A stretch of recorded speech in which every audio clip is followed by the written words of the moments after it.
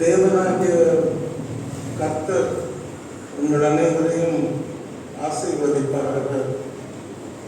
இந்த ஜூலை மாதத்திலே நாம் தேவனை இந்த முதலாவது ஞாயிற்றுக்கிழமை ஆராதனையிலே அவரை ஆராதிக்கும்படியாக தேவன் கொடுத்த சுகம் பலன் ஜீவனுக்காக நாம் அவரை நன்றியோடு ஸ்தோத்தரிப்போம்.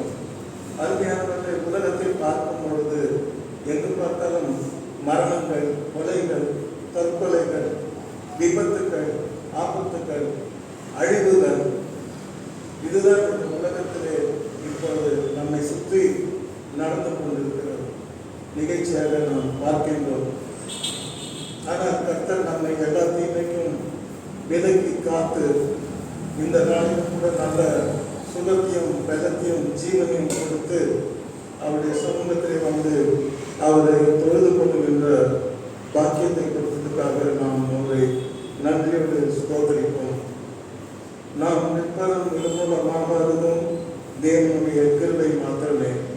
இன்றைக்கு நாம் படிக்கப் போகின்ற பாடம், நாம் ஆராதிக்கிற தேவன் நாம் இழந்து போனவைகளை மீட்டு தருகிறவராக இருக்கிறார். நாம் எதையெல்லாம் வாழ்க்கையிலே தொலைத்து விட்டோமோ, எதையெல்லாம் நம்முடைய வாழ்க்கையிலே காணாமல் போட்டு விட்டோமோ, அதையெல்லாம் எண்ணி நாம் வருந்துகிற மக்களாய் நாம் இன்றைக்கு இருப்போமானால் இன்றைய செய்தி உங்களுக்கு தான் வருகிறது. கர்த்தர் நம்மை புதுப்பிக்கிற தேவனாய் இருக்கிறார். கர்த்தர் நம் இழந்து போவதை மீட்டுக் கொடுக்கிற தேவனாய் இருக்கிறார். இன்றைக்கு தலைப்பு 7 விதமான தேவனுடைய பிள்ளைகளை 7 விதமாக தேவன் உற்சாகப்படுத்துகிற வசனங்கள், வாக்குத்தத்தங்கள். தேவன் 7 விதமான நம்மை புதுப்பிக்கிற விதங்கள் குறித்து இன்றைக்கு நாம் படிக்கப் போகிறோம். முதலாவது யோவேல் தீர்க்கதரிசியின் புஸ்தகத்திலே நாம் இன்றைக்கு கர்த்தர் எப்படி அவர்கள் இழந்து போனதை மீட்டுக் கொடுக்கிறார், புதுப்பித்துக் கொடுக்கிறார் என்று நாம் பார்க்க போகிறோம். ஒரு கட்டணம் ரொம்ப பாழடைந்து இருந்தால், கோட்டை உடச்சனமா இருந்தால் அதை புதுப்பிக்க முடியும், அதை மீண்டும் அழகுபடுத்த முடியும். அதே மாதிரி தான் தேவனும் இருக்கின்றார். அருமையானவர்களே, நாம் இங்கே இந்த யோவேல் தீர்க்கதரிசியின் புஸ்தகம் 2ஆம் அதிகாரம் 25வது வசனத்தை நாம் படித்து பார்க்கும் பொழுது கர்த்தர் சொல்லுகிறார், நான் உங்களிடத்தில் அனுப்பின, நன்றாக வார்த்தையை கவனிக்க வேண்டும். நான், இந்த நான் யார்? கர்த்தர். கர்த்தர் சொல்றார், நான் உங்களிடத்தில் அனுப்பின என்று சொல்லுகிறார். அப்ப நான் கர்த்தரே அனுப்பினார். கர்த்தரே அனுப்பினார். யாருக்கிட்ட அனுப்பினாரு? இஸ்ரவேல் ஜனங்களிடத்திலே அனுப்பினார். நாம் யார்? விசுவாசத்தினாலே நாமும் ஆபிரகாமுடைய சந்ததியாக இருக்கிறபடியால் நாமும் ஆவிக்குரிய இஸ்ரவேலராக இருக்கிறோம். நம்மிடத்தில் அனுப்பினார். எதை அனுப்பினார் என்றால், அந்த நாட்களிலே ஒரு பெரிய அழிவை தேவனே அனுப்பினார். ஏன் அனுப்பினார்? அந்த ஜனங்கள் மனம் திரும்ப வேண்டும் என்று அவர் அனுப்பினார். மனம் திரும்பாத பட்சத்தில் அவருக்கு வரப்போகிற அந்த அழிவை, தண்டனை அறியாமல் வாழ்ந்து கொண்டிருக்கிற காலகட்டத்திலே கர்த்தர் இந்த தண்டனைகளை எல்லாம் அவர்களுக்கு அனுப்புகிறார். கர்த்தர் சொல்றார், நான் உங்களிடத்தில் அனுப்பின என் பெரிய சேனையாகிய வெட்டுக்கிளிகளும், பெரிய சேனையாகிய வெட்டுக்கிளிகளும், பச்சை கிளிகளும், முசுக்கொட்டை பூச்சிகளும், பச்சை புழுக்களும் பட்சித்த வருஷங்களின் விளைவை உங்களுக்கு நான் திரும்ப அளிப்பேன். இன்றைக்கு ஆண்டவர் இஸ்ரவேல் ஜனங்களோடு பேசும் பொழுது, நான் தான் உங்களுடைய பொருளாதாரத்தை அழிக்கும்படியாக, விவசாயத்தை அழிக்கும்படியாக, உங்களை அழிக்கும்படியாக நான் தான் வெட்டி கிளிகளை அனுப்பினேன், பச்சை கிளிகளை அனுப்பினேன், முசுக்கட்டை பூச்சிகளை அனுப்பினேன், பச்சை புழுக்களை அனுப்பினேன். இவைகள் பட்சித்த வருஷங்களின் விளைவை, இவைகளெல்லாம் எத்தனையோ வருஷங்களாக உங்களை அடித்துக் கொண்டிருக்கிறது. ஏனென்றால் நீங்கள் மதிக்காமலும் என்னை நலம் பண்ணாமலும் என்னிடத்தில் மனம் திரும்பாமலும் நீங்கள் வாழ்ந்து கொண்டிருக்கிறபடியா இவைகளெல்லாம் நான் தான் அனுப்புவேன். இப்பொழுது நான் என்ன செய்ய போகிறேன்? பட்சித்த வருஷங்களின் விளைவை உங்களுக்கு நான் திரும்ப கொடுக்க போகிறேன் என்று சொல்கிறார்.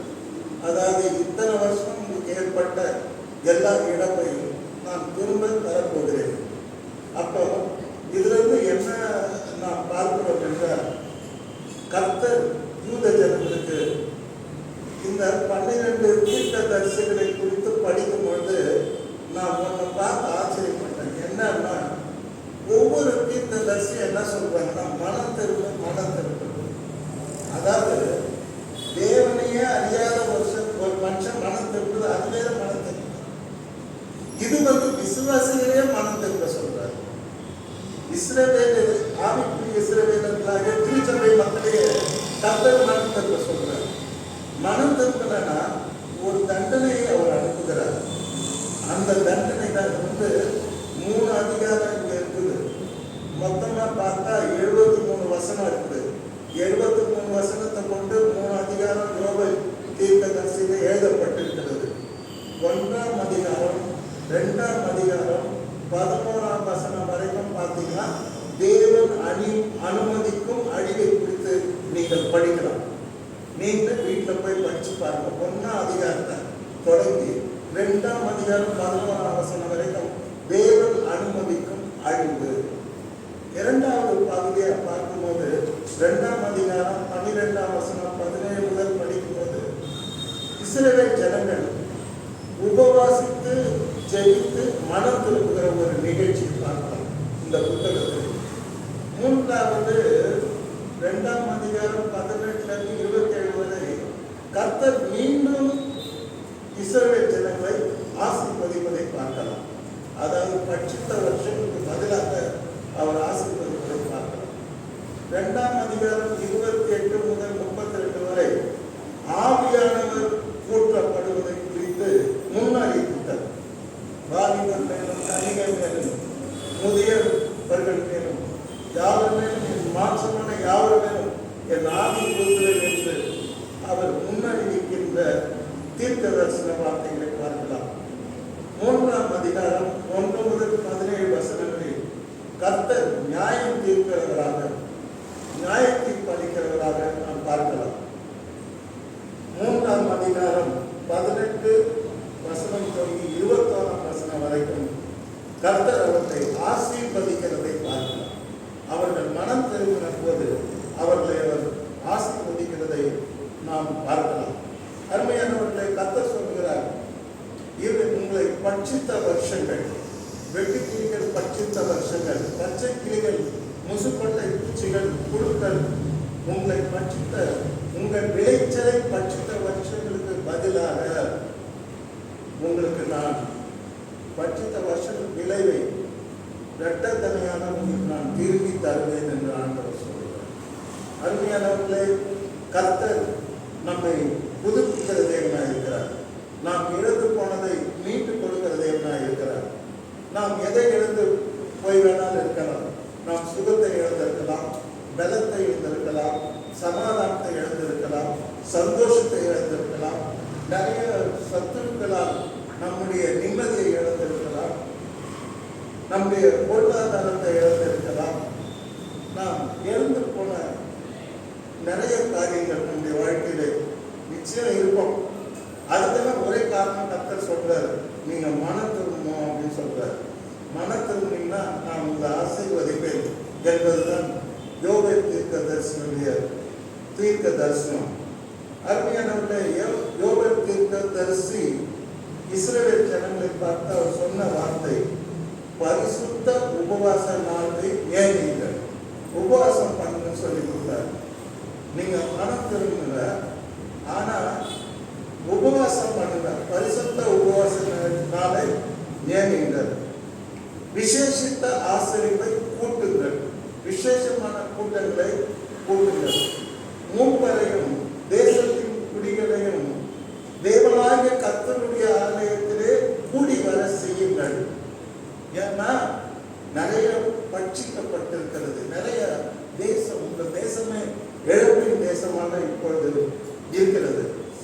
ஆக நீங்கள் எல்லாரும் கர்த்தருடைய நாள் சமீபமாக இருக்கிறபடியா, கர்த்தருடைய நியாயத்திற்கு சமீபமாக இருக்கிறபடியா நீங்கள் எல்லாரும் தேவ சமூகத்திலே வந்து கூடுங்கள் என்று அவர்களுக்கு அறிவுரை சொல்லுகிறார். அருமையானவரே, அவர்கள் அந்த அறிவுரையை அவர்கள் கேட்டார்களா, அந்த ஆலோசனை ஏற்றுக்கொண்டார்களா என்றால் ஆமா, ஏற்றுக்கொண்டார்கள். எல்லாரும் தேசமாக மூப்பராக தேசத்து ஜனங்கள் எல்லாம் தேவாலயத்தில் கூடி அவர்கள் மனம் திரும்பி ஆண்டவருடைய பாதத்திலே கண்ணீர் சிந்தி அழுதார்கள். ஆண்டவருக்கு தங்களை ஒப்பு கொடுத்தார்கள். ஆண்டவரை இடத்திலே மறுபடியும் அந்த ஆவிக்குரிய வாழ்க்கையிலே அவர்கள் புதுப்பிக்கப்பட்டார்கள். அருமையான இந்த யோபு தீர்க்கதரிசன புஸ்தகத்திலே நிறைய அருமையான வாக்கு தத்தங்கள் இருக்கிறது, நிறைய விசேஷமான தீர்க்க தரிசனங்கள் இருக்கிறது. நடக்க போகிற காரியங்கள், வருங்காலத்தில் நடக்க போகிற காரியங்கள் குறித்து தீர்க்க தரிசனம் அவர் உரைத்திருக்கிறார். குறிப்பாக தம்மை மனத்திற்கு தம்மை நோக்கி பார்த்த யாவரையும் கர்த்தர் ஆசீர்வதிக்கிறார் என்றும் அவர் புதுவாழ்வு அளிக்கிறார் என்றும் அவர் இந்த புத்தகத்திலே தெளிவாக சொல்லியிருக்கிறார். அருமையானவர்களே, இந்த வெட்டு கிளிகள், பச்சை கிளிகள், முசுக்கொட்டை பூச்சிகள், பச்சை புழுக்கள் இதெல்லாம் பட்சித்தது உண்மைதான். பட்சித்த வருஷங்களில் விளைவை நான் மீண்டும் திருப்பி தருவேன். இப்போது நான் உங்களை மன்னித்து விட்டேன், ஆசீர்வதிக்கிறேன், நீங்கள் இழந்து போன எல்லாவற்றையும் மீட்டு தருவேன் என்று ஆண்டவர் சொல்லுகிறார். அதாவது நம்ம லாங்குவேஜ் சொன்னா, நீங்கள் இழந்து போன சமாதானம், சந்தோஷம், நீங்கள் இழந்து போன பொருளாதாரம், நீங்கள் இழந்து போன தோற்று போன இடங்கள் எல்லாவற்றுக்கும் உங்களுக்கு நான் செய்து கொடுத்து ஆசீர்வதிப்பேன் என்பதுதான் இதனுடைய பொருள். இந்த இஸ்ரவேல் ஜனங்களுக்கு விரோதமாக பல தேசத்தின் படைகள் அந்த நாட்களிலே அவர்களுமே படையெடுத்து வந்தார்கள். அவர்களை ஒரு பக்கம் மேற்குவார்த்து வீச்சார், ஒரு பக்கம் பெலிஸ்தியர், ஒரு பக்கம் மீதியானியர், இப்படி பல படைகள். இந்த படைகள் எல்லாம் அவர் பொருளை இப்படி வெட்டி கிளிகளாக, பச்சை புழுகளாக, முசுக்கொட்டை பூச்சிகளாக வர்ணிக்கிறது. அதையெல்லாம் கூட அவர் அப்படி வர்ணிக்கின்றார். அந்த சேனைகள் ஒரு பக்கம் விவசாயம் தான் அந்த காலத்தில் மெயின். விவசாயத்தையும் இவர் அழிக்குது, எதிராளிகளை இவர்களை அடிக்கிறது. இதுக்கெல்லாம் ஒரே காரணம் அவருடைய மனம் திரும்பாமை தான். ஆக இப்போ இந்த ஜனங்கள் பார்க்கும் பொழுது மனம் திரும்பி கர்த்தருடைய பாதத்தில் கூடி அவர்கள் ஜெபிக்கிறார்கள். அவர்கள் ஜெபிக்கும் பொழுது கர்த்தர் சந்தோஷப்படுகிறார். சந்தோஷப்பட்டு அவருக்கு நல்ல வார்த்தைகளை சொல்லுகிறார். பயப்படாதீங்க, இந்த மேல் சொன்ன பட்சித்த வருஷங்களின் விளைவை உங்களுக்கு நான் திரும்பவும் தருவேன், நீங்கள் இழந்து போனதை திரும்பவும் தருவேன். ஆண்டவர் எப்பொழுதும் நாம் இழந்து போன காரியங்களை அவர் மீட்டு தருகிறவராக இருக்கிறார். கர்த்தருடைய பரிசுத்த நாமத்துக்கு ஸ்தோத்திரம். அருமையானவர்களே, நாம் இங்கே பார்க்கும் பொழுது கர்த்தர் அவர்களை அருமையான ஆசீர்வதிக்கிறதை நாம் பார்க்கிறோம். கர்த்தருக்கு மகிமை உண்டாவதாக. எப்படி ஆசீர்வதிக்கிறார் பாருங்கள். மனம் திரும்பும் பொழுது நீங்கள் சம்பூர்ணமாய் சாப்பிடுவீர்கள் என்று சொல்கிறார். சம்பூர்ணமாய் சாப்பிடுவீர்கள். இன்னைக்கு நமக்கு ஒரு சாப்பாடு ஒரு பிரச்சனை கிடையாது. உண்மையிலே பார்த்தோம்னா கர்த்தர் நம்மை ஆசீர்வதித்திருக்கிறார். நமக்கு ஒன்றும் சாப்பாடு ஒரு பிரச்சனை கிடையாது. பட் அந்த காலத்துல சாப்பாடு ஒரு பிரச்சனையாக இஸ்ரவேல் ஜனங்களுக்கு இருந்தது. புரியுதுங்களா? அப்போ கர்த்தர் சொல்றாரு, நீங்கள் இப்ப மனம் திரும்பிட்டீங்க, என்கிட்ட வந்துட்டீங்க, நீங்க பட்சித்த அந்த பட்சித்த உங்களுடைய விவசாயத்தெல்லாம் பட்சித்த வருஷத்துக்கு பதிலாக நல்ல விளைச்சலை நான் கொடுத்து முன்மாதிரியும் பின்மாதிரியும் நான் பெய்ய பண்ணுவேன். மழை, அறுவடை செய்யும் போது ஒரு மழை. இந்த ரெண்டு மழையும் ஆவி மழை நான் உன்மேல் பொழிய செய்வேன் என்று சொல்கிறார். இப்ப என்ன சொல்ற? நீங்க சம்பூர்ணமாய் சாப்பிடுவீர்கள். கர்த்தருக்கு ஸ்தோத்திரம். இரண்டாவது சொல்லுகிறார், நீங்கள் திருப்தி அடைவீர்கள். இன்னைக்கு மனுஷனுக்கு திருப்தி ரொம்ப ரொம்ப முக்கியம்.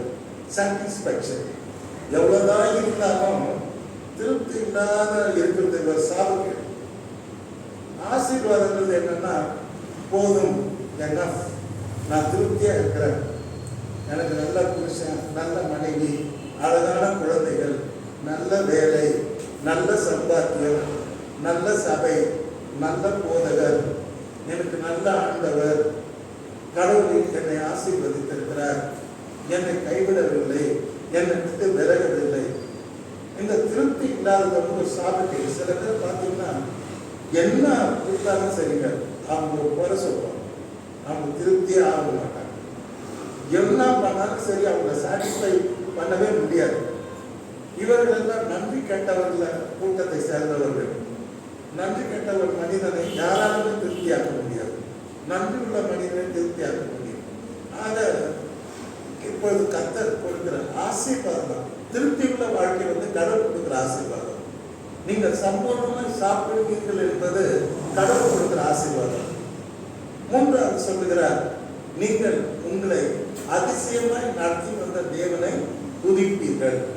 தேவன் நம்மை ஒவ்வொரு நாளும் அதிசயமாக நடத்துகிறார். ஆமென். அந்த நாட்களிலும் கூட தேவனை நம்பினவர்களை அவர் அதிசயமாக நடத்தினார், அற்புதமாக நடத்தினார், அவர்கள் மத்தியில் அதிசயங்களை செய்தார். கர்த்தரே சொல்றார், நீங்க உங்களை அதிசயமாய் நடத்தி வந்த உங்கள் தேவனாகிய கர்த்தரை நீங்கள் என்ன பண்ணுவீர்கள்? துதிப்பீர்கள் என்று சொல்லுகிறார். கர்த்தருக்கு ஸ்தோத்திரம். அருமையானவர்களே, நம்ம வாழ்க்கையை நம்ம எடுத்து பார்த்தோம்னா இந்த வருஷத்துல 6 மாசம் அளவும் கர்த்தர் என்னை அதிசயமாக நடத்தி இருக்கிறார், எங்களை அதிசயமாக நடத்தி இருக்கிறார். இங்க உட்கார்ந்து இருக்கிற எல்லாரையுமே இந்த வருஷத்துல இந்த 6 மாசத்துக்கும் தேவன் நம்மை அதிசயமாக நடத்தி இருக்கிறார். ஆண்டவர் நம்மை கைவிடவில்லை, பலவீனத்தில் கைவிடவில்லை, வியாதியில் கைவிடவில்லை, சத்துருக்கள் மத்தியில் கைவிடவில்லை, அதாவது பொருளாதார ரீதியாக நம்மை கைவிடவில்லை. ஆண்டவர் நம்மை அற்புதமாக அதிசயமாக நடத்தி கொண்டு வந்து இந்த 7வது மாசத்துல 7வது நாளில் நம்மை கொண்டு வந்திருக்கிறார். இதை நீங்கள் ஒப்புக்கொள்ளதான் வேண்டும். நம் தேவன் அதிசயமானவர். ஆண்டவரே தன்னுடைய ஜனங்களுக்கு சொல்லிக் கொடுக்கிறார், உங்களை அதிசயமாய் நடத்தி வந்த தேவனை நீங்கள் துதிப்பீர்கள். இவ்வளவுதான் துதிக்கல, இப்ப துதிப்பீர்கள் என்று சொல்லுகிறார். உங்கள் தேவனாகிய கர்த்தருடைய நாமத்தை நீங்கள் துதிப்பீர்கள். அடுத்து ஆண்டவர் சொல்லுகிறார், என் ஜனங்கள் ஒருபோதும் வெட்கப்பட்டு போவதில்லை. இந்த வெட்கப்பட்டு போவதில்லை என்பது பைபிள்ல நிறைய இடத்துல இருக்குது. அதாவது மனித வாழ்க்கையை பார்க்கும் பொழுது அவமானம், நிந்தை, தலை குனிந்து இதெல்லாம் இயற்கையா எல்லா வாழ்க்கையிலுமே ஏற்படும். அது குறிப்பிட்ட சில பேர் வாழ்க்கையில மாத்திரம் ஏற்படுறது இல்லை. பைபிள் எப்போ ரொம்ப பிராக்டிக்கலா இருக்கும். அதாவது மனுஷன் எப்படி இருக்கோ அது மாதிரி தான் எழுதிருக்கும் பைபிள். இப்போ மனுஷனுக்கு நிறைய அவமானம் வருது.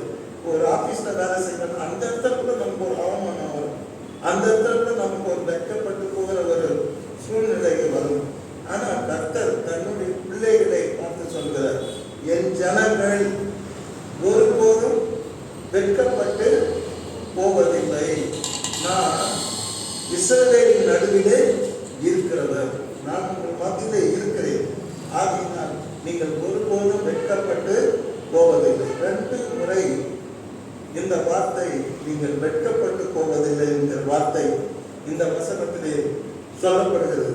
2ஆம் அதிகாரம் 26ஆம் வசனத்திலே சொல்லப்படுகிறது. கர்த்தர் சொல்றாரு, உங்கள் தேசத்திலே நான் பெரிய காரியங்களை செய்வேன் என்று சொல்லுகிறார். பெரிய காரியங்களை நான் செய்வேன் என்று கர்த்தர் சொல்லுகிறார். நம்முடைய கர்த்தர் மனம் திரும்பும் பொழுது, ஆண்டவரிடத்தில் நாம் முற்றிலுமாக மனம் திரும்பும் பொழுது தேவன் நம்முடைய வாழ்க்கையில பெரிய காரியங்களை செய்கிறவராக இருக்கிறார். நம்முடைய குடும்பத்திலே அவர் பெரிய காரியங்களை செய்கிறவராக இருக்கிறார். நம்முடைய சமுதாயத்திலே, தேசத்திலே பெரிய காரியங்களை செய்கிறவராக இருக்கிறார். தேசிக மனத்தினுடைய உபவாசத்தை ஜெபிக்கும் போது கர்த்தர் நம்முடைய ஆராதனைகளிலே அவர் பெரிய காரியங்களை செய்கிறவராக இருக்கிறார். இந்த வசனத்துக்கு மேலே கர்த்தர் சொல்வார், தேசமே பயப்படாதே, கர்த்தர் பெரிய காரியங்களை செய்வார். ஆமா, கர்த்தர் எப்போ சின்ன சின்ன காரியங்களை செய்ய மாட்டார். கர்த்தர் கொடுத்தா பெரிய பெரிய காரியங்களை தான் என்ன பண்ணுவார், கொடுப்பார். அது கேட்காம கொடுப்பார். அது ஒன்றும் அது கேட்கணும்னு அவசியம் இல்லை. கர்த்தர் பெரிய காரியங்களை செய்கிறவராக இருக்கிறார். அருமையானவர்களே, இந்த முதலாவது வசனத்திலே இஸ்ரவேல் ஜனங்களை அவர் புதுப்பிக்கும்படியாக அவர் சொன்ன வார்த்தை, இந்த வெட்டுக்கிளிகளும் பச்சை கிளிகளும் முசுக்கொட்டை பூச்சிகளும் பச்சை புழுக்களும் பட்சித்த வருஷங்களின் விளைவு, பட்சித்த வருஷங்களின் விளைவு. இது ரொம்ப டீப்பா திங்க் பண்ணாதான் தெரியும். இந்த மாதிரி இந்த பூச்சிகள்லாம் வந்து இந்த விவசாயத்தெல்லாம் பட்சித்து போட்டது. பல வருஷங்களாக, அத்தனை வருஷம் 7 வருஷம் பட்சித்திருந்தால் நான் 14 வருஷத்துக்குரிய ஆசீர்வாதத்தை உங்களுக்கு தருவேன். எத்தனை வருஷமா நீங்க கண்ணீர் செஞ்சுறீங்க? 6 மாசமாவா? ரைட், உங்களுக்கு 6 வருஷம் சந்தோஷம் மாதிரி நான் சந்தோஷத்தை தருவேன். எவ்வளவு இழந்துட்டீங்க? 6 லட்சமா? நான் 60 லட்சம் மாதிரி உங்களுக்கு நான் திரும்பி தருவேன். எவ்வளவு இழந்துட்டீங்க? நிறைய சந்தோஷத்தை இழந்துட்டீங்களா? நான் நிறைய சந்தோஷத்தை தருவேன். நிறைய சமாதானத்தை இழந்துட்டீங்களா? நான் நிறைய சமாதானத்தை தருவேன். நிறைய பலத்தை நீங்க இழந்துட்டீங்களா? நான் கழுகுகளை போல செட்டைகளை எடுத்து எழுதி பறக்கிற பலத்தை நான் தருவேன். கர்த்தர் மனம் திரும்பும் பொழுது நம்மை ஆசீர்வதிக்கிறார். நம்முடைய வாழ்க்கையில பெரிய காரியங்களை செய்கிறார். பட்சித்த வருஷத்துக்கு பதிலாக அவர் இரட்டத்தனையாக 30, 60, 100 அவர் நமக்கு ஆசீர்வாதங்களை அள்ளி கொடுக்கிறார் என்று நாம் பார்க்கிறோம். அருமையானவர்களே, அடுத்த வசனத்தை நாம் படித்து பார்க்கும் பொழுது இங்கேயும் இழந்து போனதை மீட்டு தருகிறவராக ஆண்டவர் காட்சி அளிக்கிறார். ஏசாயா தீர்க்கதரிசியின் புஸ்தகம் 61ஆம் அதிகாரம் 7ஆம் வசனம். இங்கே பார்க்கிறோம், இங்கேயும் அதே வார்த்தை தாங்க. வெட்கத்துக்கு பதிலாக இரட்டத்தனையான பலன் அளிப்பேன். அதை பார்த்தீங்கன்னா பைபிள்ல எங்க பார்த்தாலும் நீங்க வெட்கப்பட்டீங்க, அதை கர்த்தர் பார்த்துருக்காரு. அவங்க வெட்கப்பட்டு போனதை கர்த்தர் பார்த்துருக்காரு. அதான் அதை குறிப்பா அந்த வார்த்தை யூஸ் பண்றாரு. உங்கள் வெட்கத்துக்கு பதிலாக இரட்டத்தனையான பலனை நான் என்ன பண்ணுவேன், அளிப்பேன். அல்லேலூயா, பிரைஸ் தி லார்ட். அருமையானவர்களே, ஏன் இந்த வார்த்தையை உபயோகப்படுத்தல? மனித வாழ்க்கை அப்படிதான். நம்ம ரொம்ப ஈஸியா இன்னொருத்தன் வெட்கப்படுத்திடுவோம், அவமானப்படுத்திடுவோம். இது ரொம்ப ரொம்ப சுலபமான ஒரு விஷயம். காரணம் எல்லாமே நம்மள they will put in shame. புரியுதுங்களா? ஆகவே நீங்க பார்க்க அந்த வசனத்தை படிக்கிறாங்க. உங்கள் வெட்கத்துக்கு பதிலாக கர்த்தர் சொல்றார், கர்த்தருக்கு தெரிஞ்சிருக்கு இவன் வெட்கப்பட்டு போயிட்டாங்க. அப்போ இந்த ஜனத்தை பார்த்து சொல்ற, உங்கள் வெட்கத்துக்கு பதிலாக இரட்டத்தனையான பலன் வரும். எத்தனை மடங்கு பலன் வரும்? இரட்டத்தனையான பலன் வரும். எதுக்கு பதிலாக? உங்கள் வெட்கத்துக்கு பதிலாக தான். யார் சொல்றது? தேவன் சொல்றார். நீங்க வெட்கப்பட்டு போனா என்னவா? உன் சொந்தக்காரருக்கு முன்னால, உன் சிநேகிதனுக்கு முன்னால, உன் ஆபீஸ்ல, உன் குடும்பத்துல, அதுக்கு பதிலாக நான் இரட்டத்தனையான பலன் உங்களுக்கு தருவேன். ரெண்டாவது சொல்றாரு, இறைச்சைக்கு பதிலாக தங்கள் பாகத்தில் சந்தோஷப்படுவார்கள். வெட்கம், இறைச்சை. இறைச்சை இலைச்சைங்கிற வார்த்தை யாரும் பயன்படுத்துறது இல்லை. ஆக்சுவலி மக்கள் பேசும்போது வெட்கம், வெட்கம் மாற்று போக்குது, அங்கே போனால் அவமானமாக அப்படி சொல்லுவாங்க.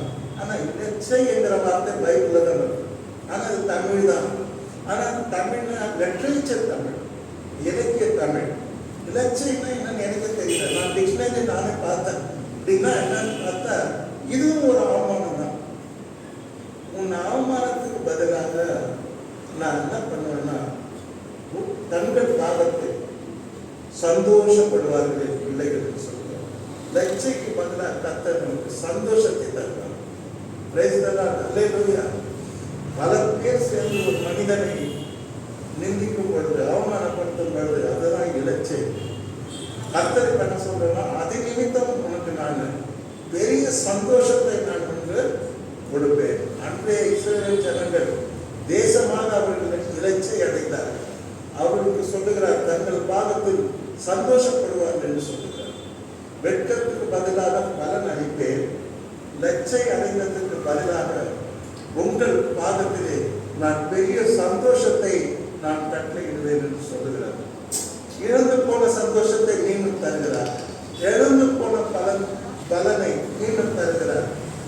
கர்த்தர் அந்த அவமானமான வாழ்க்கையிலிருந்து, நிந்தையான வாழ்க்கையிலிருந்து, வெட்கப்பட்டு போகிற வாழ்க்கையிலிருந்து ஒரு புதிய மகிமையான வாழ்க்கையை தம்முடைய ஜனங்களுக்கு அவர் கொடுக்கிறார். அதை தான் இங்கே அவர் வலியுறுத்தி சொல்லுகிறார். அடுத்து பார்க்கும் பொழுது சந்தோஷப்படுவார்கள், அது நிமித்தம் தங்கள் தேசத்தில் இரட்டிப்பான சுதந்திரம் அடைவார்கள் என்று சொல்லுகிறார். சுதந்திரம் வந்து என்னது? ஜெயில இருக்கிறவங்க தான் தெரியும் சுதந்திரம்னா என்னன்னு. ஒருத்தர் தப்பு செய்யும் போது என்ன பண்றாங்க? இப்போ கூட பார்த்தீங்கன்னா இங்கே பரம்பூர் பெரிய தலைவர் ஒரு கொலை பண்ணிட்டு நம்ம சென்னைப்பட்டினமே ஒரு பேனிக்ல இருக்கு. இந்திய நியூஸாக அது மாறி போய் இந்தியாவிலே ஒரு பயங்கர ஒரு மேட்டரை பேசப்படுகிறது, பேச்சு பொருளாக இருக்கு. கர்த்தருடைய பரிசுத்த நாமத்துக்கு ஸ்தோத்திரம் உண்டாக.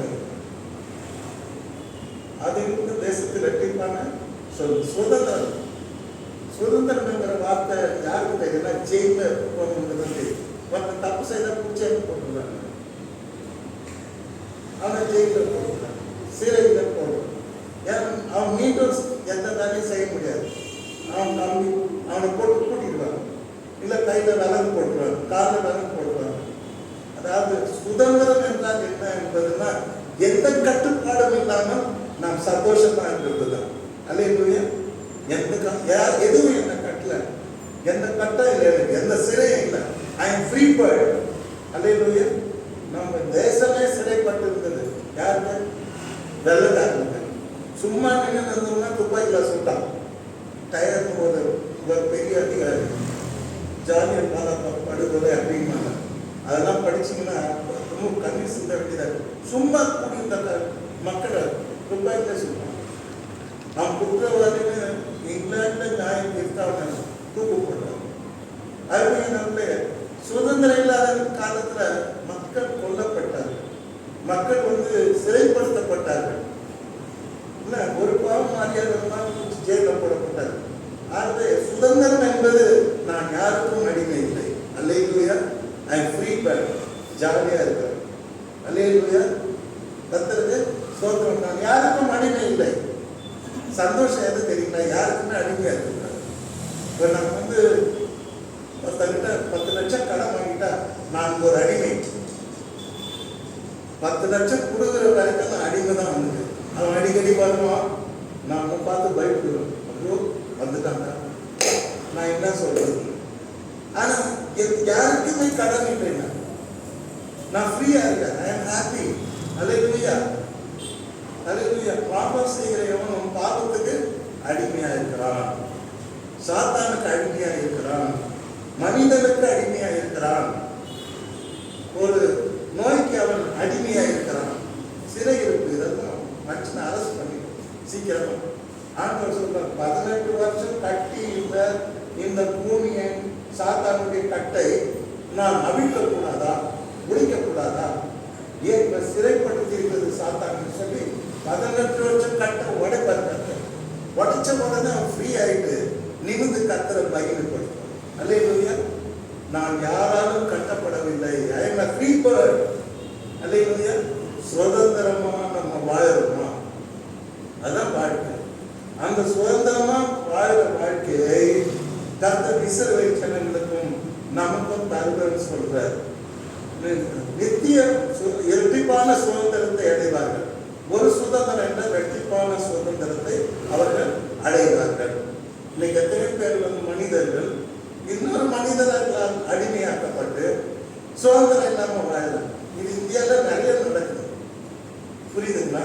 ஆனா நமக்கு கர்த்தர் இரட்டிப்பான சுதந்திரத்தை தருவேன் என்று வாக்கு பண்ணியிருக்கிறார். கடைசியா அவர் என்ன சொல்றாரு? நித்திய மகிழ்ச்சி அவர்களுக்கு உண்டாகும். அல்லேலூயா. யாருக்கு? வெட்கத்துக்கு பதிலாக என் பிள்ளைகளுக்கு நான் நித்திய மகிழ்ச்சியை கொடுப்பேன். நித்திய மகிழ்ச்சி என்பது என்ன? விட்டு விட்டு வர்ற சந்தோஷம் வேற, விட்டு விட்டு வர சமாதானம் வேற. நித்திய மகிழ்ச்சி என்று சொன்னால் எப்பொழுதும் மகிழ்ச்சியா இருக்கிற ஒரு வாழ்க்கை. அல்லேலூயா. நித்திய மகிழ்ச்சி அவர்களுக்கு உண்டாகும் என்று ஆண்டவர் சொல்லுகிறார். எப்போதும் நீங்க சந்தோஷமா இருப்பீங்க, எப்போ மகிழ்ச்சியா இருப்பீங்க, உங்க வெட்கத்தின் நாட்களை நீங்கள் மறந்து விடுங்கள் என்று ஆண்டவர் சொல்லுகிறார். கர்த்தருடைய பரிசுத்த நாமத்துக்கு ஸ்தோத்திரம் உண்டாவதாக. வெட்கத்துக்கு பதிலாக இரட்டத்தனையான பலனை நான் உங்களுக்கு கொடுப்பேன். உங்கள் வெட்கத்தின் நாட்கள் முடிந்து விட்டது. லட்சைக்கு பதிலாக தங்கள் பாவத்தில் சந்தோஷப்படுவார்கள். லட்சையின் நாட்கள், அவமானத்தின் நாட்கள் முடிந்து விட்டது. இனி உங்களுக்கு சந்தோஷம். மூன்றாவது, அது நிமித்தம் தங்கள் தேசத்தில் இரட்டிப்பான சுதந்திரம் அடைவார். மனுஷன் சுதந்திரமா வாழ்ந்தாங்க, அதுதான் சந்தோஷம். இல்லையா? சாப்பாடுகள்லாம் எல்லாம் இருக்கா. சுதந்திரம் என்னன்னா சுதந்திரம் வேணும். சுதந்திரமா வாழ்ந்தான் மாபெரும் மகிழ்ச்சி. இரட்டிப்பான சுதந்திரம் அடைவார். கடைசியா என்ன கொடுக்குறாரு? வெட்கத்துக்கு பதிலாக நித்திய மகிழ்ச்சி எங்கேயும் அவருக்கு உண்டாகும். God is going to create the joy in your heart. ஒரு மனுஷன் உள்ளத்துல கடவுள் இருக்கும்போது அவன் சந்தோஷமா இருக்கான். நேற்று ஒருவர் குட் மார்னிங் பண்ணுவார், டெய்லி குட் மார்னிங் பண்ணுவார். ஸ்மைல் பண்ணினா உங்க இதயத்தில் ஆண்டவர் இருக்காருன்னு அர்த்தம். இஃப் யூ ஆர் வெரி ஆங்கு, கோபமா இருந்தீங்கன்னா, சிரிக்காம இருந்தீங்கன்னா, உங்க உள்ளத்துல ஆண்டவர் இல்லை. குட் மார்னிங் சார் அப்படின்னு நம்பிட்டார். அதை படிச்சு பார்த்துட்டு எனக்கு ரொம்ப சீரியஸ் வந்துச்சு. என்னடா குட் மார்னிங் எப்படின்னு சொல்லி எழுதிட்டார். என்ன சொல்றாரு? ஆண்டவர் நீ ஸ்மைல்ல ஒரு சிரிச்ச முகத்தோட இருந்தால உன் இதயத்துல யார் இருக்கிறார்? ஆண்டவர் இருக்கிறார். அப்பதான் நம்ம சிரிக்க முடியும். ஸ்மைலிங் ஃபேஸ் எப்போ வரும்னா when Jesus was in our hearts. நம்ம இதயத்துல இயேசு இருக்கும்போது ஒரு ஸ்மைலிங் ஃபேஸ். அப்ப God is in us. அதுதான் அதனுடைய ரிஃப்ளெக்ஷன். ஆனா கோபமும் வெறியும் உள்ளத்துல பூந்துச்சுன்னா அது ஸ்மைலிங் ஃபேஸே இருக்காது. அல்லேலூயா. அல்லேலூயா. கர்த்தருக்கு ஸ்தோத்திரம் உண்டாவதாக. அருமையானவர்களே, கர்த்தர் இழந்து போனதை மீட்டு தருகிறவராக இருக்கிறார் என்பதில் கொஞ்சம் கூட சந்தேகமே இல்லை. எரேமியா தீர்க்கதரிசியின் புஸ்தகத்திலே ஆண்டவர் சொல்லுகிறார், இஸ்ரவேல் ஜனங்களை பார்த்து, உங்களுக்கு நான் ஆரோக்கியத்தை திரும்ப தருவேன். எரேமியா 30:17. பாருங்க, கர்த்தர் பேசுற விதத்தை பாருங்க. அந்த ஸ்டைல், அந்த பேசுற ஸ்டைல் எல்லாருக்குமே ஒரு ஸ்டைல் இருக்கும். நான் இப்படிதான் பேசுவேன், உங்களுக்கு நல்லா தெரியும், நம்ம பாசிட்டிவ் இப்படிதான் பேசுவார். ஒவ்வொருத்தருக்கும் ஒரு ஸ்டைல். என்ன சொல்றாரு? இஸ்ரவேல் ஜனங்களை பார்த்து, ஆவிக்குரிய இஸ்ரவேலர்களாகிய ஆபிரகாமின் சந்ததியாக உங்களையும் பார்த்து கர்த்தர் சொல்றார். 30:17 எரேமியா. அவர்கள் உன்னை விசாரிப்பட்ட சீயோன் என்று சொல்லுகிறார்கள். என்ன சொல்றாங்க? கிண்டல் பண்றாங்க. நீ விசாரிப்பட்ட சீயோன். இஸ்ரவேல் ஜனங்களே, நீங்கள் உங்களை விசாரிக்கிறதுக்கு யாரும் கிடையாது, ஏன்னு கேட்கறதுக்கு யாரும் கிடையாது அப்படின்னு சொல்றாங்க. அதாவது ஆக்சுவலி அப்படி இருந்தாங்க, அப்படி இல்லையான்னு தெரியாது. ஆனா கர்த்தர் சொல்றார், அவர்கள் உன்னை, உன் எதிரிகள் உங்களை, இஸ்ரவேல் ஜனங்களை உங்களை விசாரிப்பட்ட சீயோன் என்றும், விசாரிப்பட்ட எஸ்ரேல் என்றும், விசாரிப்பட்ட இஸ்ரேல் என்றும் சொல்லி உங்களை பரியாசப்படுகிறார். அல்லேலூயா. கர்த்தர் நம்மை விசாரிக்கிறவரானபடியால் உங்கள் கவலைகள் எல்லாம் அவர் மேல் வைத்து கர்த்தர் நம்மை விசாரிக்கிறார். ஆனால் புறஜாதி மக்கள் இஸ்ரவேல் ஜனங்களை பார்த்து, தேவனை பார்த்து என்ன கிண்டல் பண்றாங்க? அவர்கள் உன்னை விசாரிப்பற்ற சீயோன் என்று சொல்லுகிறார்கள். புரியுதா? உன்னை யாரும் விசாரிக்கிறது ஆகின்னு சொல்றோம். ரெண்டாவது என்ன சொல்றாருன்னா, உனக்கு தள்ளுண்டவள் என்று பெயரிட்டார்கள். தள்ளுண்டவள்னா என்ன? புருஷமான தள்ளிட்டவள். புரியுதா? அதை ஒரு இழிவாக இஸ்ரவேல் ஜனங்களை அவர்கள் பரியாசம் பண்ணும் பொழுது, உன்னை விசாரிப்பட்ட சீயோன், நீ தள்ளுண்டவள் என்று உனக்கு பேர் வச்சாங்க. பேர் பார்த்தீங்கன்னா எப்படி கிண்டல் பண்ணிக்கிறாங்க அந்த காலத்துல. நீ தள்ளுண்டவர், நீ விசாரிப்பட்டவள் என்று அந்த காலத்துல பரியாசம் பண்ணிக்கணும். கர்த்தர் இந்த நாட்களில் கூட நமக்கு அநேக பேர் வச்சு நம்ம பரியாசம் பண்ணணும். ஆனா உன்னை இப்படிதான் ஜனங்க சொல்றாங்க. நான் சொல்றத நீ கேள். நான் என்ன தெரியுமா சொல்றேன்? நான் அவர்கள் உனக்கு தள்ளுண்டவர் என்று பேரிட்டபடியால் நான் உனக்கு ஆரோக்கியம் வர பண்ணி, நான் உனக்கு ஆரோக்கியம் வர பண்ணுவேன். அல்லேலூயா. அப்பனா என்ன அர்த்தம்? அவங்க ஆரோக்கியத்தை இழந்தவர்களாக எல்லாரும் பார்த்து பரியாசம் பண்ற அளவுக்கு they lost their health and everything. அதுதான் ஆண்டவர் சொன்னார், நான் உனக்கு ஆரோக்கியம் வர பண்ணுவேன். Praise the lord. அல்லேலூயா. நாம் ஆராதிக்கிற தேவன் நமக்கு ஆரோக்கியம் வர பண்ணுகிற தேவனாக இருக்கிறார். ஆமென். அல்லேலூயா. ஆரோக்கியம் தான் நம்ம மனுஷனுக்கு ரொம்ப முக்கியம். பணம் முக்கியமா ஆரோக்கியம் முக்கியமானு கேட்டு பாருங்க. புத்திசாலி சொல்றோம், நான் ஆரோக்கியமா இருக்கணும், அது போதும். ஹெல்த் இருந்தால் நம்ம ஹெல்த்தை கூட பாதுகாக்க முடியும். ஹெல்த் இருந்தால் நம்ம செல்வத்தை கூட நம்ம அனுபவிக்க முடியும். ஆரோக்கியம் என்பது ரொம்ப முக்கியம். நல்ல காலம் நல்லா பழமொழி சொல்லியிருக்கான், ஹெல்த் இஸ் வெல்த். ஸோ உனக்கு நான் ஆரோக்கியம் வர பண்ணுவேன், உன் காயங்களை நான் ஆற்றுவேன் என்று கர்த்தர் சொல்லுகிறார். உன் காயங்களை நான் ஆற்றுவேன். பாஸ்டர் எனக்கு ஒன்றும் காயம் இல்லை, நான் நல்லா தான் இருக்கிறேன்னு சொல்லணும். டெய்லி மனசு காயப்பட்டுமே இருக்கிறார். மனசை ரொம்ப காயப்படுத்துவாங்க திருடர்கள். கன்னிங் ஃபாக்ஸ், கிரிமினல் மைண்டு ரொம்ப ஈஸியாக காயப்படுத்துவோம் வார்த்தை. புரியுதா? காயம் என்பது உடலிலே இருக்கின்ற காயத்தை ஆண்டவர் சொல்றார். மனதிலே இருக்கின்ற காயங்கள். திருவள்ளுவர் சொன்னார், நாவினாலே சுட்டப்படு ஆறும், தீயினாலே சுட்டப்படு ஆறாது. அதாவது என்ன சொல்ல வர,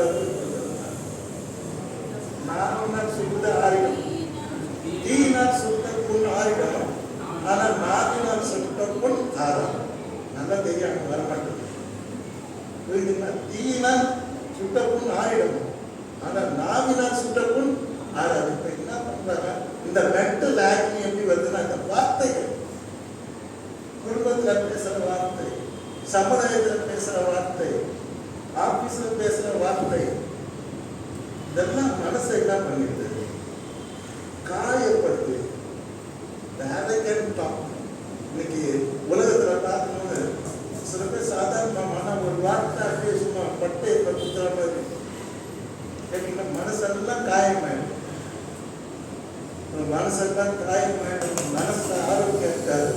உடல்ல நோய் வரமாட்டாங்க, ஆனால் மனசுல நோய் வரக்கூடாது. அல்லேலூயா.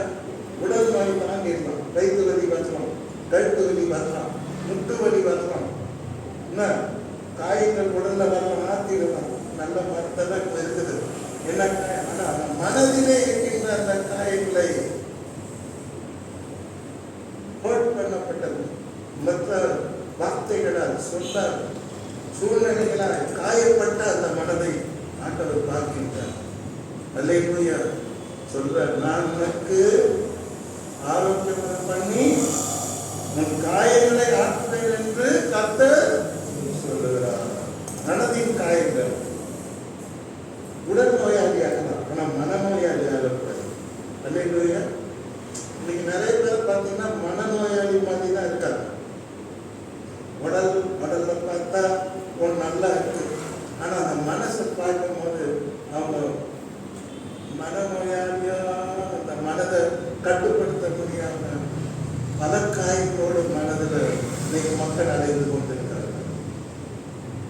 இன்றைக்கு மனதை காயப்படுத்துவது ரொம்ப ரொம்ப பெரிய காயம், ஆறாத காயம். புரியுதா? தீனா சுட்டப்பும் உள்ளாருமே ஆறாது நாவினால் சுட்ட வேண்டும். எல்லா காயமும் ஆகிடும். வார்த்தை சொல்றாங்க, வார்த்தைகளை அது பயங்கரமா மனசப்பாரு. ஸோ இதெல்லாம் கர்த்தர் பார்த்திருக்காரு, பார்த்துதான் சொல்றாரு, உன்னை விசாரிப்பற்ற சீவன் என்று சொல்லி உனக்கு தள்ளுண்டவர் என்று பேரிட்டார்கள். நான் உனக்கு ஆரோக்கியம் பண்ணி உன் காயங்களை நான் என்ன பண்ணுவேன், ஆற்றுவேன். நம் தேவன் காயங்களை ஆற்றுகிறவராக இருக்கிறார். மனதின் காயங்களை ஆற்றுகிறவராக, உள்ளத்தின் காயங்களை ஆற்றுகிறவராக, ஆண்டவர் நமக்கு ஆரோக்கியம் வர பண்ணுகிறவராக, அன்பின் தேவனாக அவர் இருக்கிறார். ஆகவே கர்த்தர் சொல்ற மனத்திருந்துனா நீங்க போதும், நீதி எல்லாம் நான் பார்க்கிறேன். அது இஸ்ரவேல் ஜனங்கள் விடவே மாட்டார். நீங்க மனம் திரும்பணும், இல்லைன்னா நான் வெட்டிக்கிளி அனுப்புவேன், பச்சை புழுவை அனுப்புவேன், நான் உங்களுடைய ஆசீர்வாதங்களை அழிப்பேன் அப்படிங்கிற. ஆனால் மனம் திரும்பும்போது உன் காயங்களை ஆற்றி உங்களுக்கு ஆரோக்கியம் வர பண்ணுவேன் என்று சொல்கிறார். அருமையானவர்களே, கடைசியாக ஒரு வசனத்தை நான் சொல்லி என் செய்தியை முடிக்க விரும்புகிறேன். இது எல்லாருக்கும் தெரிஞ்சுதான். சங்கீதம் 51:12.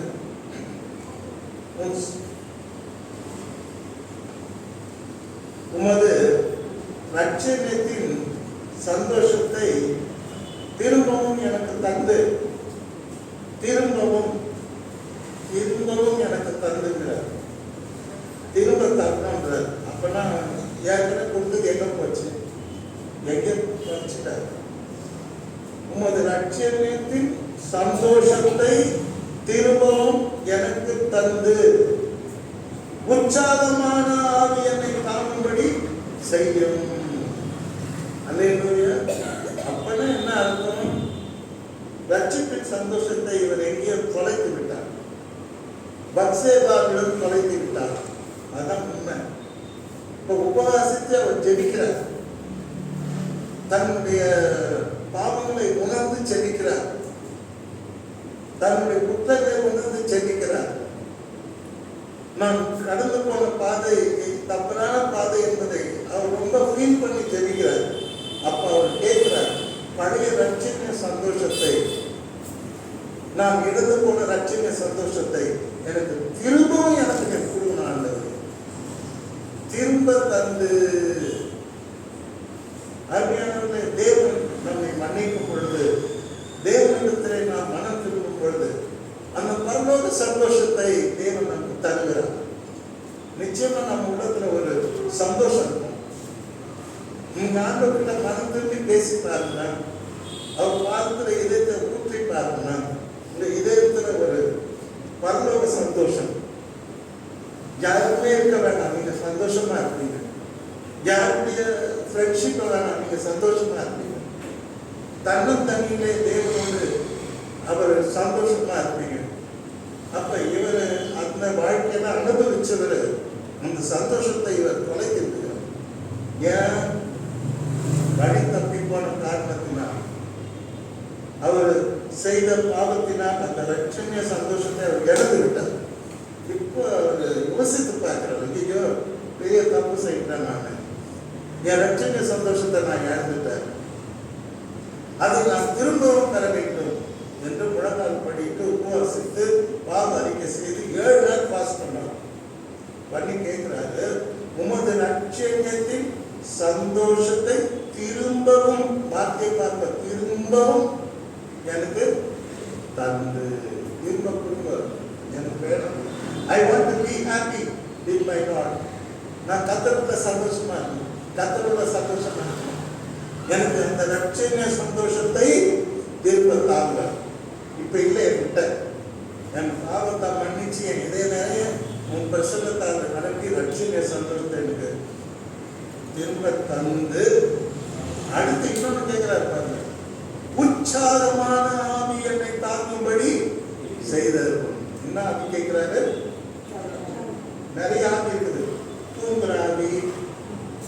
நைந்து போன ஆவி, ஒடுங்கி போன ஆவி, சோம்பலின் ஆவி, அஸ்தமான ஆவி கேட்டீங்களா?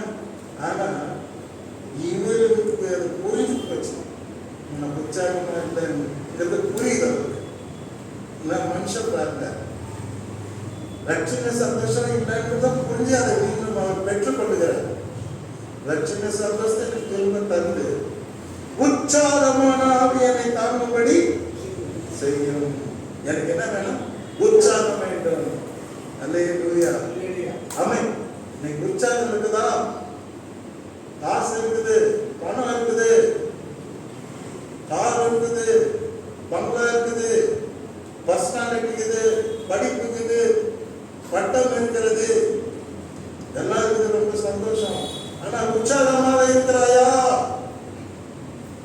இந்த உற்சாகத்தை பணம் தராது, பட்டம் தராது, படிப்பு தராது. இந்த உற்சாகமான ஆவியை, ரட்சணிய சந்தோஷத்தை, பரலோக சந்தோஷத்தை, தேவ பிரசன்னத்தை தேவன் நாம் தர முடியும். அல்லேலூயா.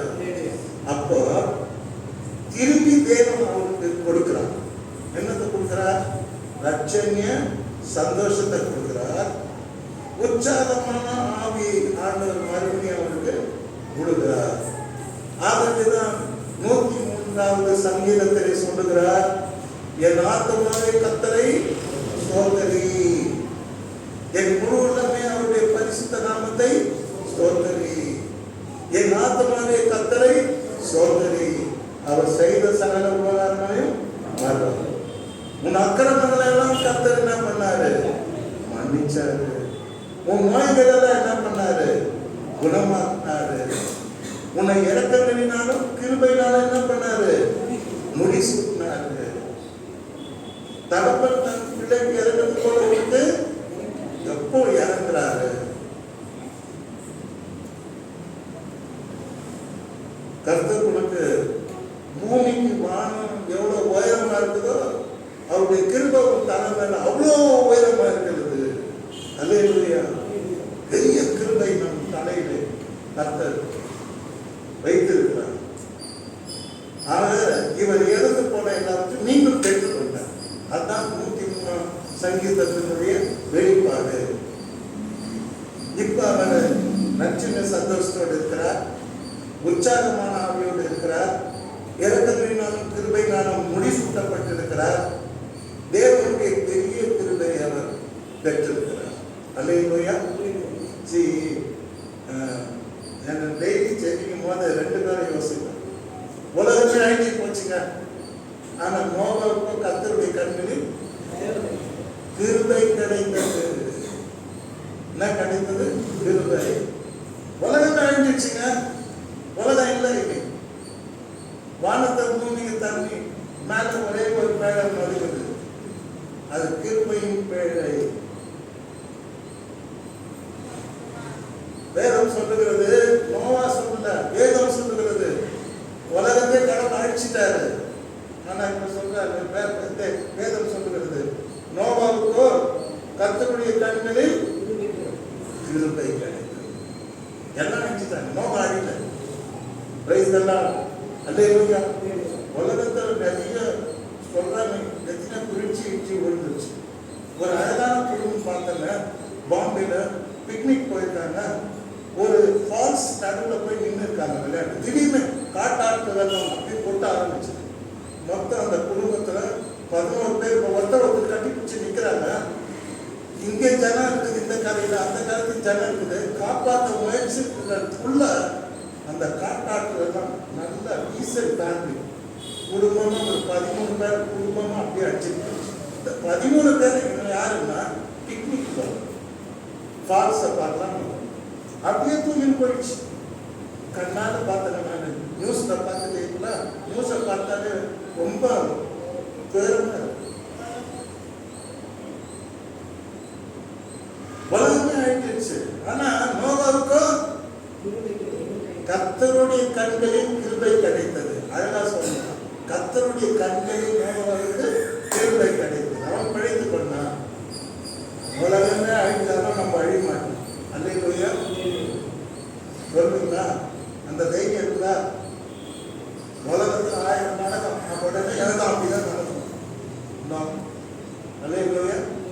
நமக்கோ கர்த்தருடைய கண்ணில் என்ன கிடைச்சிருக்கு? சோதம் கோமோர பட்டணத்து மேல கர்த்தர் அக்னியால சுட்டெரிச்சார். காரணம் இந்த பட்டணம் அவ்வளோ அக்கிரமம் பிடிச்ச பட்டணம், எல்லாரையும் அழிச்சிட்டாரு. ஆனா லோத்துக்கோ கர்த்தருடைய கண்களில் என்ன கிடைச்சது? கிருபை கிடைச்சது. எல்லாம் அழிச்சிட்டாங்க. ஆனா லோத்து அழியல. ஏன்னா அவன் நீதிமானா இருக்கான். பைபிள் சொல்ற அவன் நீதிமானா இருக்கான். எல்லாரும் தேவனை தேடில கலகக்காரர்களா இருந்தார்கள். தேவனுக்கு விரோதமாக புரட்சி பண்ணாங்க, கலகம் பண்ணாங்க. சத்துருக்களாக இதயத்துல கர்த்தருக்கு விரோதமாக போர் செய்தாங்க. ஆனா லோத்து நீதிமானா இருக்கான். அந்த காலத்துல நீதியுள்ள நியாயாதிபதி. அந்த பட்டணத்தை அக்னியில சுட்டெரிச்சாலும் லோத்துக்கோ கர்த்தருடைய கண்களில் எல்லாம் சத்தமா சொல்லுங்க, லோத்துக்கோ கர்த்தருடைய கண்களில். அதனால அங்க அப்படி நடந்தது. இப்ப நீங்க பாத்தீங்கன்னா யூபியில என்ன ஒருத்தர் மெதிச்சுக்குன்னு 120 பேர் செத்துறாங்க. எப்போ? முந்தா நாள் போன வாரத்தில் நடந்த சம்பவம். யாரோ பாபா அவர் நடந்து போனா அவர் மண்ணை எடுத்து ஓடி, அவர் பட்ட பாற்பட்ட மண்ணை எடுத்தா புண்ணியம் ஓடி போய் ஒருத்தர் மேல ஒருத்தரை மெதிச்சு 120 பேர் 121 பேர் செத்துக்கிறாங்க. ஹார்ட் பயணிங்க போய் அங்க அப்படியே போடலாம் பணம் என்னடா திடீர்னு ஒரு தொட்டு எல்லாம் சாவு. எங்க பார்த்தாலும் சாவுகள், மரண போலங்கள், கொலைகள், பயமா. உண்மையில இந்த நியூஸ்லாம் பார்க்கும்போது எனக்கு பயமா இருக்கு. என்னடா ஆண்டவர் ஜீகுடிய வந்த மனுஷன் ஆசைப்படல நின்று மனுஷன் துண்டு துண்டாக வெட்டப்படுது.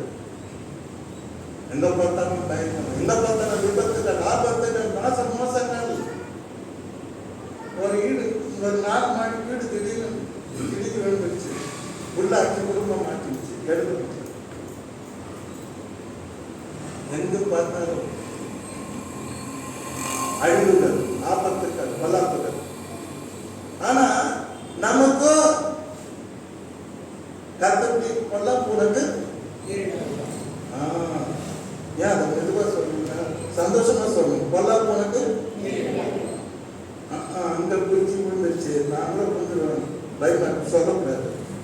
தான் சொல்லிட்டாரு கர்த்தர், அட்வான்ஸா சொல்லிட்டாரு. கொல்லம் உனக்கு அவன் கதை அப்படி போனா செத்தான். நீ போத்து ஆபிரகாமுக்கு சந்ததி, நோவாவுடைய பரம்பரை, எல்லாமே கொண்டாடிமா. அல்லேலூயா. எல்லாரும் அதற்கு போனோம்னா மோட்சத்துக்கு போவோம். ஏன்னா ஆண்டவர் நமக்காக ரத்தம் செஞ்சு இருக்கிறார். ரத்தம் செஞ்சு நம்ம மீட்டு இருக்கிறார். நானும் நரகத்துக்கு போவோம்னா, ஆனா நான் போக மாட்டேன். நான் மோட்சத்துக்கு போவேன், தேவனுடைய ராஜ்யத்துக்கு போவேன். என் ஆண்டவர் எனக்காக ரத்தம் செஞ்சிருக்கிறார். அல்லேலூயா. ஆக லோத்துவுக்கும் நோவாவுக்கும் வேதம் சொல்லுகிறது, கர்த்தருடைய கண்களில் கிருபை கிடைக்கிறது. இதுதான் எல்லாரும் பைக்ல போகும்போது கீழே விழுவாங்க. நான் விழ மாட்டேன், ஊர்ந்தாலும் ஏச்சுக்கிறேன், அடிப்படாத ஏச்சுக்கிறேன். ஏன்? கர்த்தருடைய கண்களில் எனக்கு என்ன கிடைச்சது? கிருபை கிடைச்சாதான். நம்மை காக்கிற கிருபை. அல்லேலூயா. நம்மை காக்கிற கிருபை. எல்லாரும் அடிச்சாலும் நம்ம நல்லா பத்திரமா இருக்கும். விசுவாசிக்கிறீங்களா? கொஞ்சம் நேரிட்டாங்க, பாதையும் கூட இருந்து அப்படியே அணுகிட்டாலும் நான் உன் பரிகாரியாக. அதுக்கு என்ன அர்த்தம் தெரியுங்களா? அர்த்தம் சொல்றேன். நான் உன் டாக்டர்.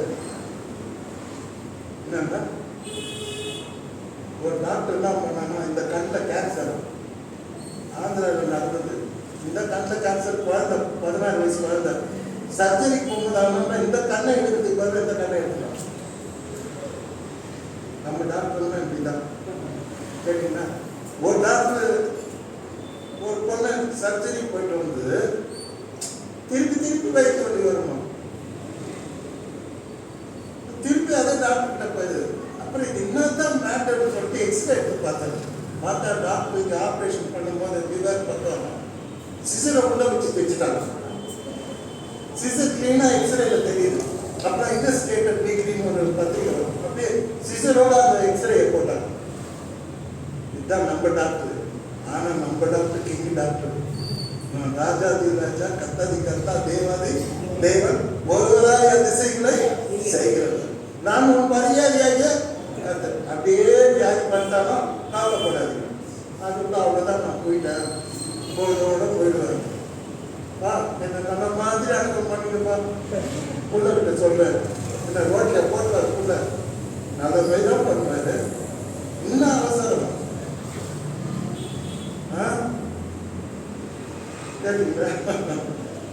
அருமையானவர்களே, கர்த்தர் நமக்கு ஒருபோதும் நம்மை கைவிடப்பட்டார். அல்லேலூயா. அவருடைய கிருபை பூமிக்கு மானம் எவ்வளவு உயரமாய், கர்த்தருக்கு பயந்தவர்களே அவருடைய கிருபை அவ்வளவு உயரமாய் இருக்கிறது. நான் பரிகாரியாருக்கு கர்த்தர் என்ன சொல்ல, நான் டாக்டர், பிசிஷியன் என்ன தெரியுமா? அறுக்கவே மாட்டார், மருந்துவே நல்லா இருப்பார். நிறைய பேருக்கு சர்ஜன், எம்எஸ் சர்ஜன், அவங்க எல்லாருக்கும் கத்தி நிற்குவார். சார் முட்டு வரி சார், சரிப்பா 15ஆம் தேதி ஆப்ரேஷன் வந்துருக்கு சார், முட்டு வரி சார், சரிப்பா வந்துருப்பா பார்த்துருவேன், டாக்டர் அறுத்துருவார் சார், ஃபைனல் கார்டு வலிக்குது சார், அறுத்துருவார். இது யார் நல்ல டாக்டர்னா இந்த எம்டின்னு சொல்லுவாங்க, பிசிஷியன். அது தட்டியே கிடையாது, மருந்துலேயே நல்லா இருக்கு. நம்ம ஆண்டவர் பிசிஷியனு, டாக்டரு, ஹீலர், 3 வேலை செய்யலாம்.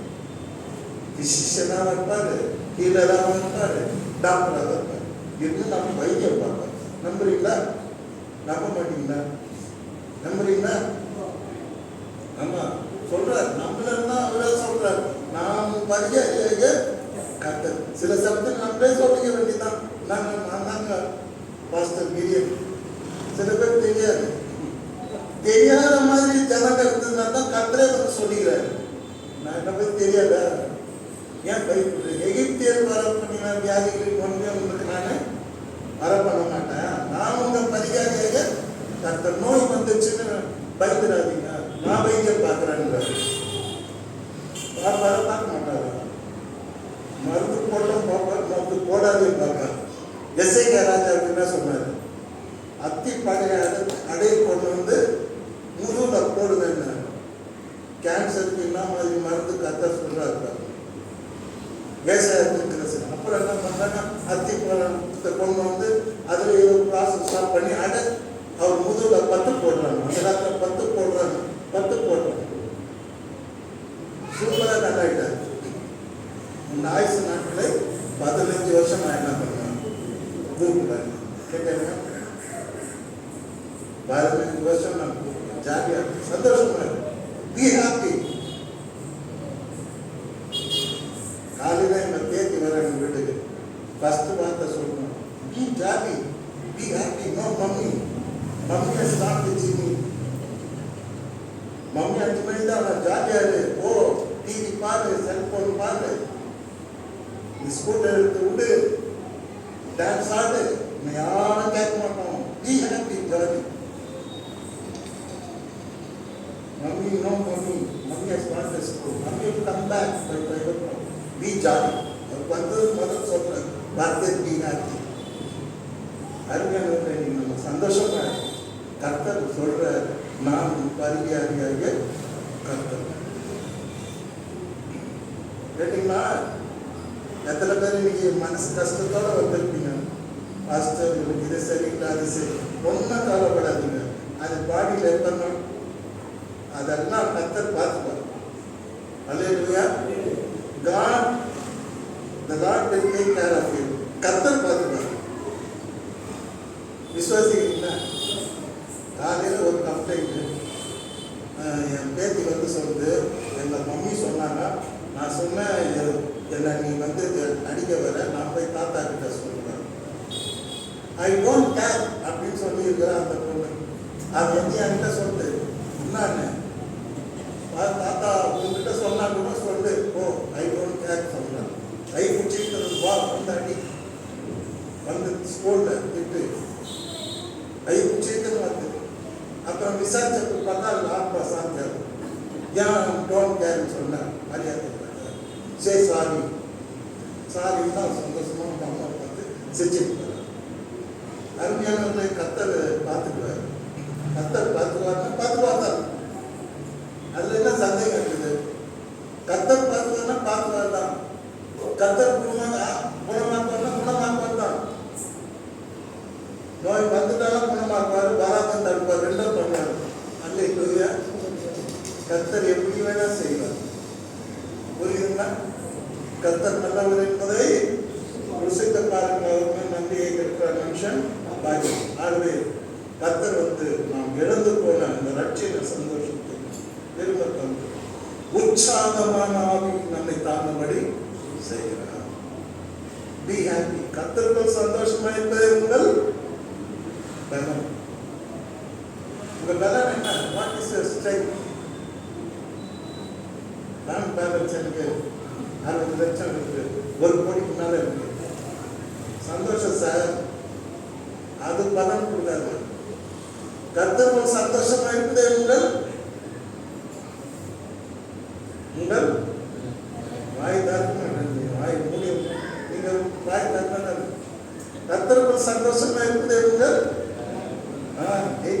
பாருங்க, பாவாங்க பண்ணுங்க, ஆண்டவரை கூப்பிடுங்க. You are my soul, my Lord ன்னு சொல்லுங்க. அவரோட கூட நீங்க ஐக்கியம் வாழுங்க. இந்த காலத்து மக்கள் கர்த்தரோட சஞ்சரிச்சாங்க, அவரோட வாழுங்க. அதுவே உங்களுக்கு அருமையானவர். நாம் ஆராதிக்கிற தேவன் நாம் இழந்து போன எல்லாவற்றையும் மீட்டு தருகிறவராக இருக்கிறார். கர்த்தர் தாமே உங்கள் அனைவரையும் ஆசீர்வதிப்பாராக. ஆமென்.